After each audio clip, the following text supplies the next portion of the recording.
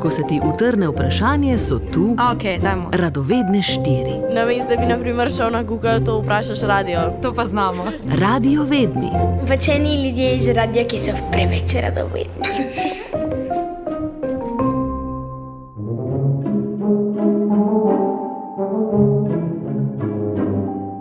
Prav te dni na naših ulicah slišimo veliko različnih jezikov.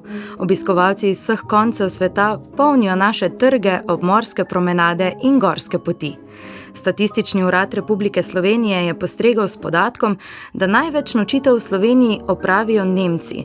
Med gosti pa srečamo tudi popotnike iz bolj oddaljenih krajev, denimo Južne Afrike, Nove Zelandije in Brazilije, od koder je v tem letu pripotovalo že skoraj 25.000 turistov.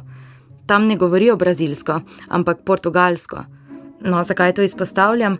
Pred kratkim nas je namreč poslušalec Matic vprašal, ali je na svetu več jezikov kot držav. Na prvi pogled se vprašanje zdi preprosto, a že kratek sprehod po svetu pokaže, da je zgodba precej bolj zapletena. Na pomoč nam je priskočil dr. Sašo Živanovič z oddelka za primerjalno in splošno jezikoslovje Filozofske fakultete v Ljubljani. Je na svetu res več jezikov kot držav?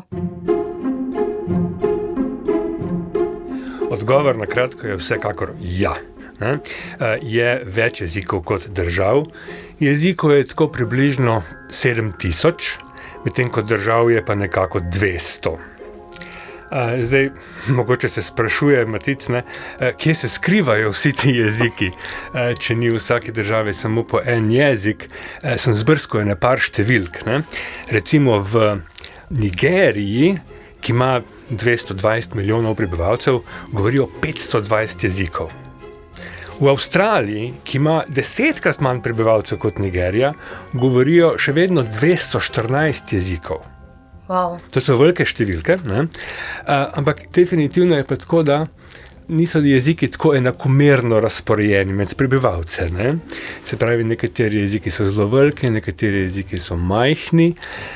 Če pogledamo največjih 200 jezikov, to je približno 3% jezikov, ki jih imamo, jih govori 90% ljudi, populacije. Tako da ostalih 6700 jezikov se bori za 700 milijonov prebivalcev, nekaj takšnega. In verjetno bori tudi za preživetje.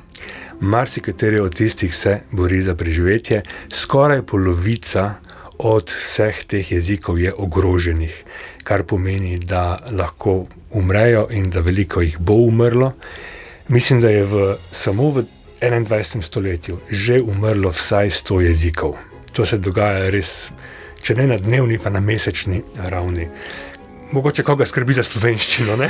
Prav to sem želela vprašati, kje stoji slovenščina? Slovenščina mislim, da kljub temu, da je majhen jezik, vsekakor stoji precej dobro. In sicer zaradi tega, ker je, temu rečemo, institucionalni jezik. Spravi, uporabljamo ga v javnem življenju, v administraciji, v šolah, na radiju. In prav je, da se zavedamo, da to ni bilo nekako vnaprej dano, ampak da smo si morali to priboriti in da moramo to stanje tudi vzdrževati. Tudi vsak od nas lahko v skrajni fazi prispeva nekaj k temu, da slovenščino ohranjamo tako vitalno, kot je. Če nič drugega, včasih namesto, da kaj copy-pastate iz drugega jezika, lahko izrežemo in prilepimo. In če se po Sloveniji sprehajamo z ušesi jezikoslovca, na našem območju slišimo več kot le slovenščino. Med uradnimi jeziki se zaradi manjšin znajdeta tudi italijanščina in madžarščina, zaradi številnih priseljencev z Balkanskega polotoka pa smo velikokrat tudi v stiku s srbo-hrvaščino in albanščino. Naj pa z dr. Živanovičem spomniva še na nekaj manj znanih jezikov. En je recimo romščina, oziroma ta slovensko-hrvaška romščina, ki ni uradno priznan jezik, ni uradni jezik Slovenije, ampak vseeno ga govori kar nekaj ljudi. Potem je tu še kočevarščina, ki je žal eden tistih ogroženih jezikov. Gre za neke vrste nemško narečje, ki so ga dolga leta uporabljali v okolici Kočevja. Ne pa končam ta slovenski sklop pozitivno, imamo tudi slovenski znakovni jezik. To je jezik, ki ga uporabljajo gluhonemi in naglušni. In ta jezik ima približno 1500 govorcev. oziroma kretalcev, kot bi si rekli. In dobra novica tu je, da je bil pred nekaj leti zapisana, je bila pravica do uporabe znakovnega jezika v ustavo. Že v naši državi, kjer živi le nekaj več kot 2 milijona prebivalcev, smo zelo hitro našteli 8 jezikov.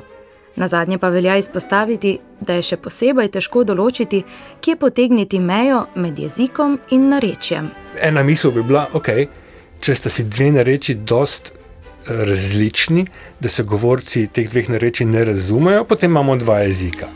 Ampak ni tako zelo preprosto, ne? Oziroma vsaj ne rabi se to tako. Recimo, če pogledamo spet Slovenijo, prekmurščina. Jaz ne razumem prekmursko, ko govorijo, ne?